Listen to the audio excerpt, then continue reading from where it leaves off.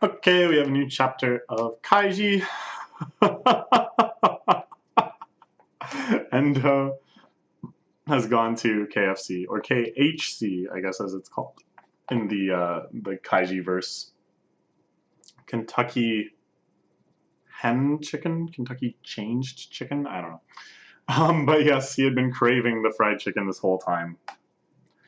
And now that he has finally given up on this whole Kaiji situation, he's indulging himself. How nice. I would actually love some KFC myself. I consider that.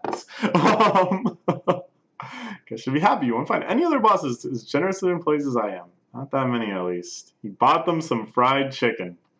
These two are easily the longest suffering of all the Tei goons in this arc. They were the ones that were on the evening shift when this whole thing started, meaning that they've been working now for probably 18 hours without sleeping, without anything, getting berated all the time. And now they get to relax with some fried chicken. Don't be shy. Go on, eat. This is Tei's customary punishment. Elementary level, the 3-for-1. For every item of food the issuer of the punishment eats, those taking the punishment must eat 3 more of the same thing. My God! Tei, why?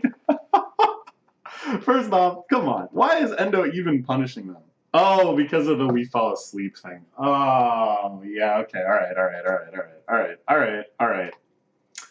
Because they fall asleep. Yeah, okay. Well, that's pretty reasonable. But, aside from that, I think they performed quite well. But,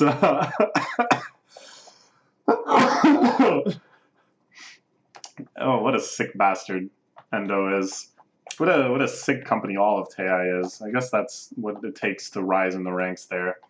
Is to be willing to do things like this. I hope the lesson these guys take from this is, man, I should quit. I should find another job ASAP. And not, boy, I sure can't wait to be on the other side of this, eating only 1 piece of fried chicken to make my subordinates eat 3. Come on. You should get an empathetic understanding of the situation.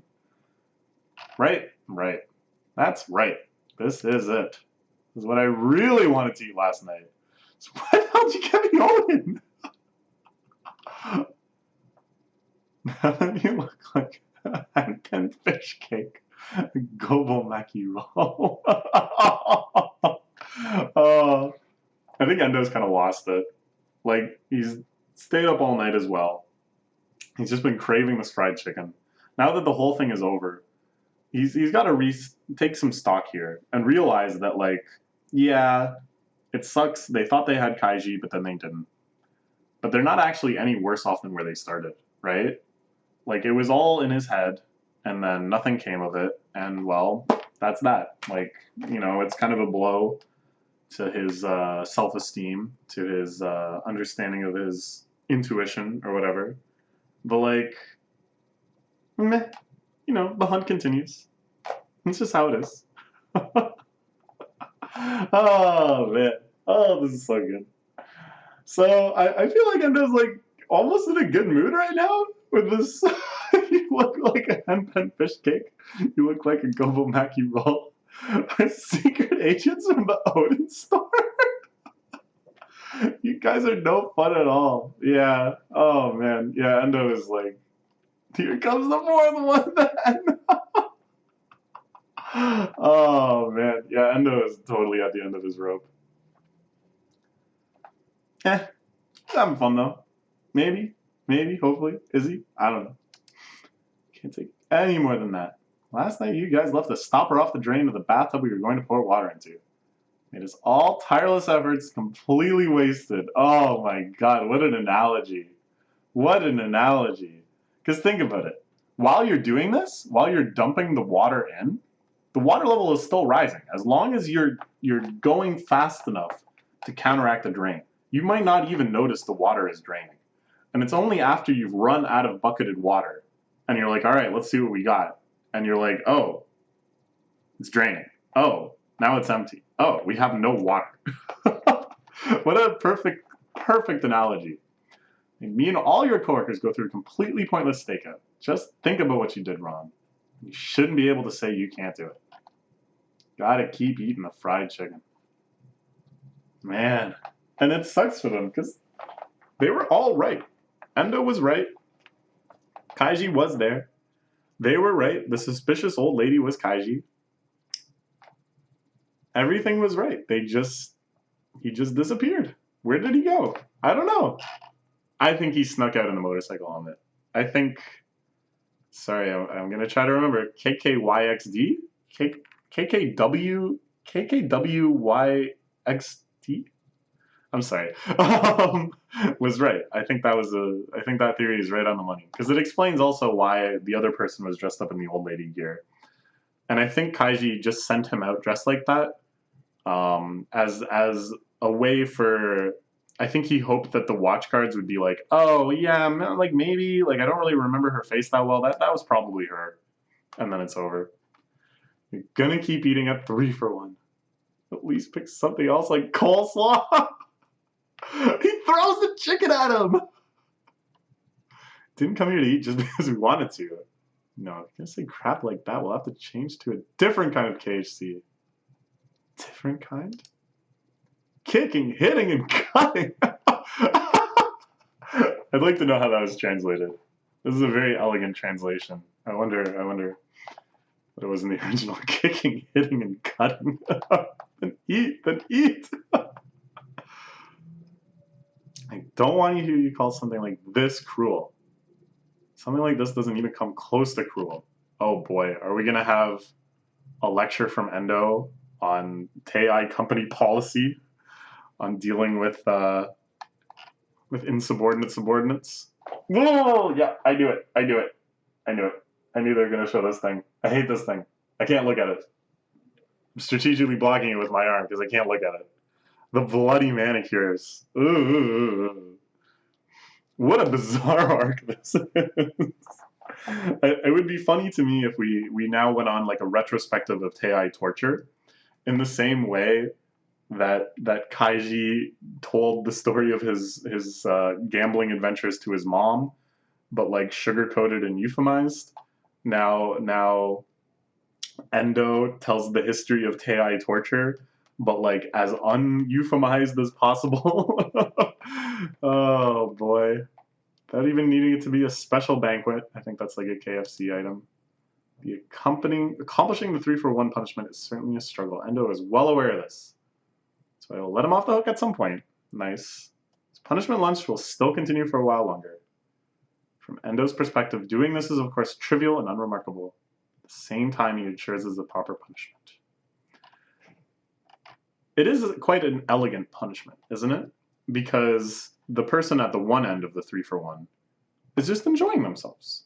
And they're eating like a nice big meal, you know? And yet every little decision they make for their own enjoyment ripples out to a nauseating, constipating, extremely painful endurance challenge to the others. That is Tei cruelty right there. That is impressive. Impressive and distressing. He will be angry if they fail to complete it. He will berate them for only being able to do as much as they did. The limit of what a boss can do will still be being loved by his subordinates. 3 for 1. Yeah, that's kind of interesting, right? He's gonna let them off the hook, but still berate them and be angry for letting them off the hook. Kind of having it both ways like that. This is something you can only do when you're in a position of power. It's ugly. It's like a great painful asymmetry in the world. That you give someone scornful mercy. What is that? What is that? You're having it both ways. Putting that aside, where could have Kaiji disappeared to? Woo! Okay, alright. So this is our final chance to make our bets. Because it really seems like now, at long last, we will switch back to our titular character's perspective, whom we haven't seen in, what, like 4 or 5 chapters, and rejoin his adventures as he reconnects with the Asian trio. They open up their bank accounts. Who knows what fun is in store. So, how did Kaiji disappear? I think it's with the motorcycle helmet, but we'll see. Just after midnight, 2 in the morning, Kaiji most certainly had been in the apartment. Seeing Taeyo's stakeout and that it had been reinforced after he had arrived here, he discerned that escaping would be too problematic and chose to hole up. Bathing room with bathing room with no wiretaps. Okay. This is where we last saw him. It was then right as he was about to fall asleep. Hatsue, Kaiji's mother, appeared to him, started to sniffle and snob as she lay behind him. I feel bad. It's just that I thought of an idea that might work. Ooh! Ooh, Mom comes through! Really? Oh, I love it. Oh, I love it. I love it. Because she had already been a big help earlier. She handled the phone conversation really well. But now she's got a scheme. It was her that changed Kaiji's mind. Interesting. And she's crying because she would have preferred Kaiji to do the stakeout operation. For Kaiji to have the bulwark and stayed there for weeks onto months. She's sad because she knows that the idea that will work and that he'll leave. Oh, how nice. Okay. So now we have a lot more on the table because we're using Kaiji's mom's resources too. And she, of course, has been living in this building for a long time, probably friends with all sorts of people that live here. So the resources at Kaiji's disposal has just shot up so much. Kaiji is shocked. It's like, yeah, that could work. We don't get to hear the plan. We already know that the plan worked. So we can't use our level 1 omnipotent metagaming of the classic, if you hear the plan beforehand, it won't work. If you don't hear the plan, it will work. But we know it already worked. So now we get to see it in action. Kaiji is so shocked. Is he perhaps upset because he's like, why didn't you tell me that before? Maybe he's shocked because it's like, wow, you really put together an amazing plan? Yeah, I'm your son for a reason? My God, Mom, that's brilliant! Ah, wow, I love this. I love this. I love this redemption of Kaiji's mom. We had our laughs at her expense. She was pretty airheaded in some moments. But she's really coming through for us. It's good, it's good, it's a nice idea, but now you're not going to be here anymore, Kaiji. Come back, once I've got most of my stuff straightened out, I'll come back to see you. I'll even shut myself in with you to make up for it. I just said that. Yeah, he's going overboard, because I think he really does feel bad. His mom crying made him feel bad, and now this new pinnacle of respect he has for his mother's brilliance, making him feel even worse. But I believe him. I think that when he gets this all sorted out, he will come for his mother, or he'll send for her and have her move in with him in his mansion, or something like that. He understood the advantage he'd had all along. To put it one way, the home field advantage, the power of a birthplace. It's gotta be. I think it's because he's been friends with and the fact that we had this little discussion of the motorcycle man's life and stuff. Yes, it's all adding up. I love it. It's a cool way for him to win. The power of a birthplace. The place he was barricaded was the same place he lived in when he was a child. The benefit of the same apartment complex. So given that, he chose to renege on his bulwark, turn his rudder towards escape once more. He immediately gets dressed and goes out the front door with his mother. Quietly close the door and go across the hall to the Takahashi family residence. Nice, nice prediction. Ah, yes, very good, very good. Nanai-san, you awake? What's the matter? Otsu-kun awake? Whoa, it's Kaiji! Kaiji? In a wig and an apron, but it is Kaiji. Tamotsu, yeah, see, they're buds. Take a long time to explain, so let's skip over that for now. When do you leave work to go to work at the restaurant tomorrow? It's my first day off in weeks, so I'm not actually going to work. It's perfect. Let me borrow your motorcycle. Yeah. Yeah! Oh, this is great. Alright. I'm getting carried along by the plot here because I'm so excited that this theory was validated and the mystery is revealed. But let's take a second to just admire Fukumoto's work in the details of this new household. I especially love this little baseball thing on the 3 bats. It's just such a little touch. It's such a plausible item, and yet it reveals so much history and so much personality that even this extremely minor character, who I doubt will show up for more than a couple more chapters at most, has this little bit of characterization, this little bit of love put into them. Oh, how nice. Please let me borrow your motorcycle. Please. Yes, purely and simply, that was all there was to it. During the morning commuter rush, Kaiji escaped by pretending to be Tamotsu using his motorcycle. Before leaving, as a diversionary tactic, the cooperation of Tamotsu's mother. Ah, that's who it was. No, it's not Tamotsu himself. Mysterious old lady that Tei should be looking for. It seems a little risky. You know, it's Tei. Like, they could have just been like, well, we don't really know what's going on. I mean, this isn't the old lady we thought, but like, they're dressed so similarly, there could be some connection. Let's just take her, just kidnap her. We'll figure it out later. We can always just kill her. Like, I don't know. I don't know, Kaiji. But whatever. It's a risk he was willing to take, I guess. Okay. As Kaiji sneaks out, his attention will be focused on Tamamatsu's mother.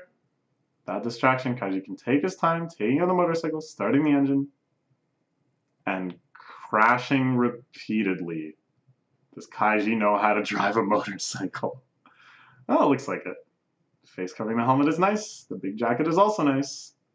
Right in front of Endo, as he watched. Endo, with his catalog of residents, calmly, reasonably checking off.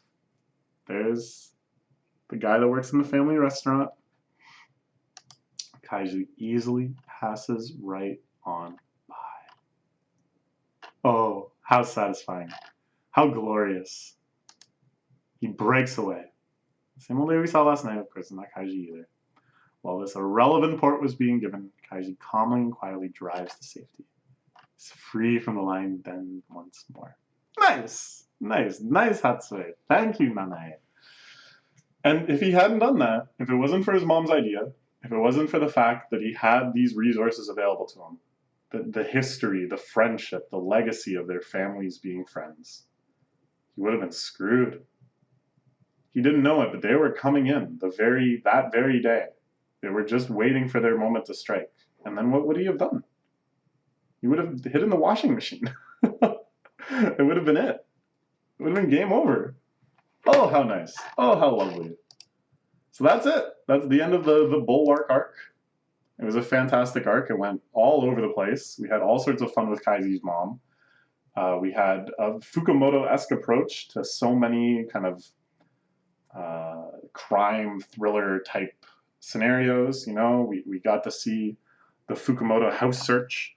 We got to see the Fukumoto stakeout. We got to see the Fukumoto bulwark, like all of these techniques, the phone tapping, the scam call, like such a rich variety of things that were able to be included in this one.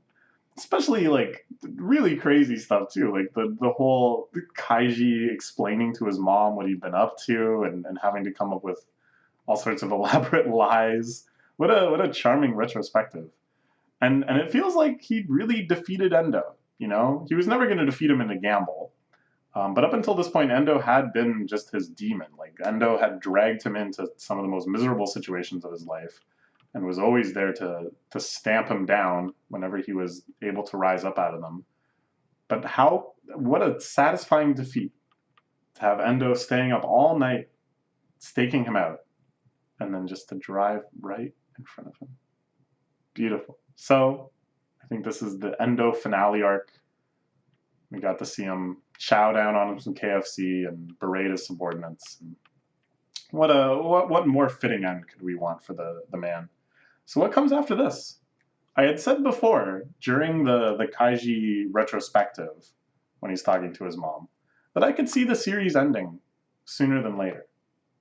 That I would be very happy with an end where Mario, Chang, and Kaiji are just free. That they have their money, they're free of Tei. Mario and Chang are back in their home countries. And like, I would love to see Kaiji versus Kazuya's brother, Kaiji versus Chairman Kyoto, Kaiji versus other Tei bigwigs and stuff. I would love to see Kaiji tearing down the whole organization in one insane gamble after another. But does that really fit with Kaiji and who he is? Does that really true to his character? Isn't that actually, I mean, it seems crazy to say unrealistic in a series like this, but it's outside the pale of realism. Up until now, Kaiji has just been scraping by from miraculous gamble to miraculous gamble. Something like these showdowns is just kind of outside the realm of possibility. Even being able to scrape into the tier of Kazuya was only just bizarre chance, right? Like, he couldn't have done that if he wanted to. He just had that miraculous opportunity. So I don't know. I have a hard time thinking of the series escalating from here.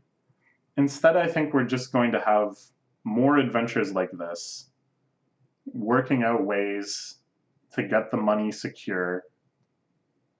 And then, yeah, I don't know. Could be it. I would be happy with that ending, though. So we'll see. We will probably see sooner than later, because this chapter came out 6 days ago. And probably by the time I upload this, it'll be even later than that. I don't know.